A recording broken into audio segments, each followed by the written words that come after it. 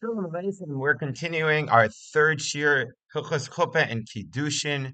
We're going to talk about various interesting situations today. Why do we need 10 for the Arison, the makor for drinking a cup of wine? Who says the bracha, marrying off Hatan? Let's get into it. B'Shem Kol Yisrael, for the sake of protection of all Am Yisrael. Okay, situation number one. You show up to the chuppah, and you see this little kid. He's an 11-year-old kid. Can we mekadesh this kid? Um, is that lechatchila a good thing to do? Does it work? So the Rambam writes, and the Shulchan Aruch paskins, as he usually does, like this Rambam, this is not appropriate. Since it's znus, it's inappropriate for this young boy to be with this girl at that age. This is not an appropriate Arison, and we should not marry off these kids. However, interestingly enough, Tosfos disagrees. It says it's a mitzvah to marry off the boy Bipirko Kilu right before he turns 13. That way he'll get married, he'll be ready to go. No Yetzer Hara. And the Ramah actually brings this down halacha lamaisa in the Darchei Moshe, in the first Simon, Eben Ezer. Maybe there were different practices in different parts of the world. Maybe in Ashkenazi places they got married younger. In any case, that is the machlokes, Sfardim and Ashkenazim. Should we marry off the katan at that age? Halacha lemaisa. The Be'er Hetiv brings down that you would not say a bracha on this katan situation. But according to the Tosfos and the Ramah, i.e. Ashkenazi practice, you would say a bracha even if he's a katan. So if you're at that, wedding and the kid's 11 and he's Ashkenazi, you got to do what you got to do. That's the interesting halacha. Okay, another very interesting scenario. I don't think this will come up too often. Still important to learn it. An androgynous, who is defined in halacha as a person who has both male and female parts. Meaning, naturally, that's how he was born. Not discussing other more modern day situations. That would be another interesting shaila. Maybe we can get to it another day. But an androgynous naturally has these male and female parts. So the question is, first of all, is he required to marry?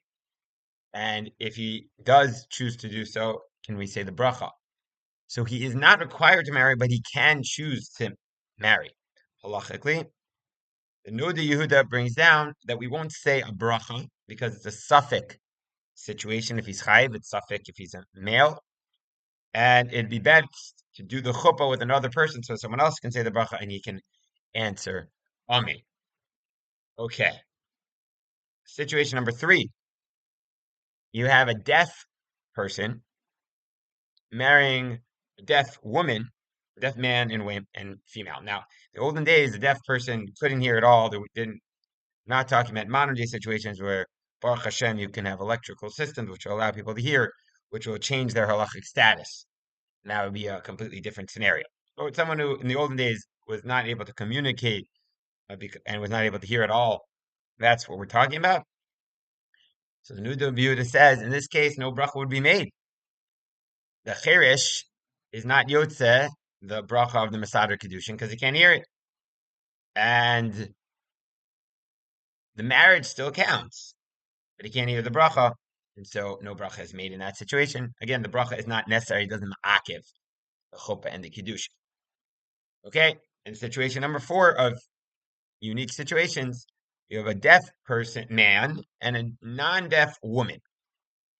So the Noda B'Yehuda writes, in this case, we're also suffering. Why? The question is the girl chayiv to hear the bracha? Or maybe it's only a chayiv on the guy to mekadesh the woman. Since it's a suffix, it would be better, once again, not to say bracha, suffix, brachos lekula. Okay, so those are interesting situations. Now let's talk about something that's going to probably come up more often. The minhag of drinking a cup of grape juice or wine at the Kiddushin. By the way, as far as I know, there's no halachic source for having white wine instead of red wine. It's simply just in case it spills, so it won't stain the girl's dress too badly. But I don't think it halachically makes such a difference. Anyways, what's the minhag to drink a cup of wine? So the Rambam and the Rush both bring down there's a minhag to make the bracha of Erusin on wine, then to say the bracha of the Erusin.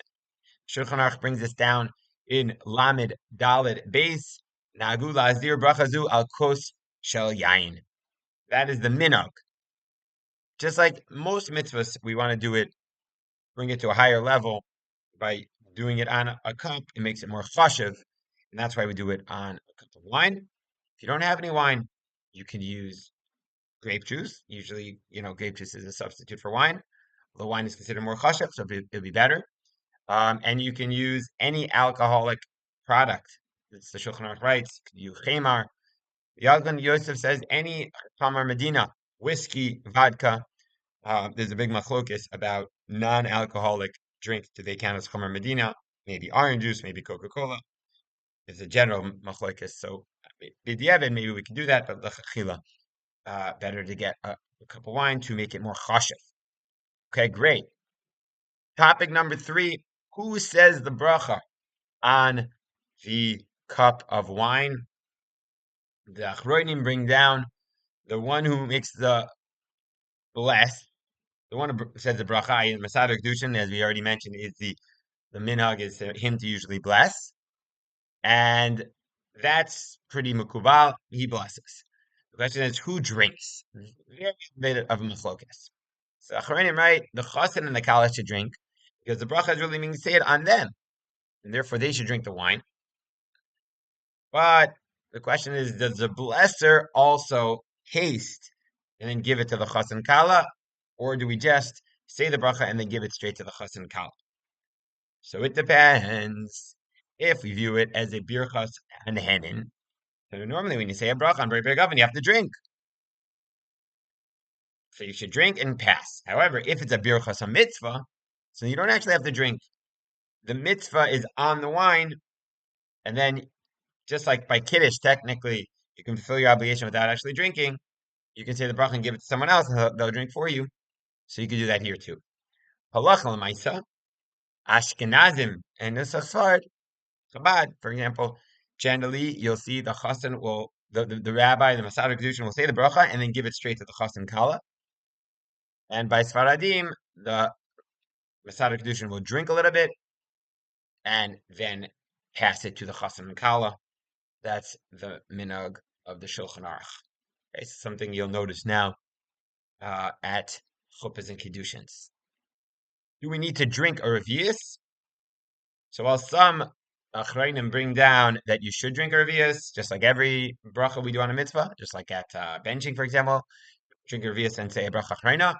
Most achrayim, right, there's no need in this case to drink a revius. We don't want anybody getting drunk at this point in the party. The chas and kala are fasting after all. In any case, no need to drink. It's just the bracha on the mitzvah, and that is the minhag of both Ashkenaz and Sfardim that you don't actually have to be concerned about drinking a revius. So that's a very important note for Masada Kiddushin to stress. Usually you see they'll just taste a little. They won't drink the whole thing. Interesting situation that has been asked on the Rabbanu test.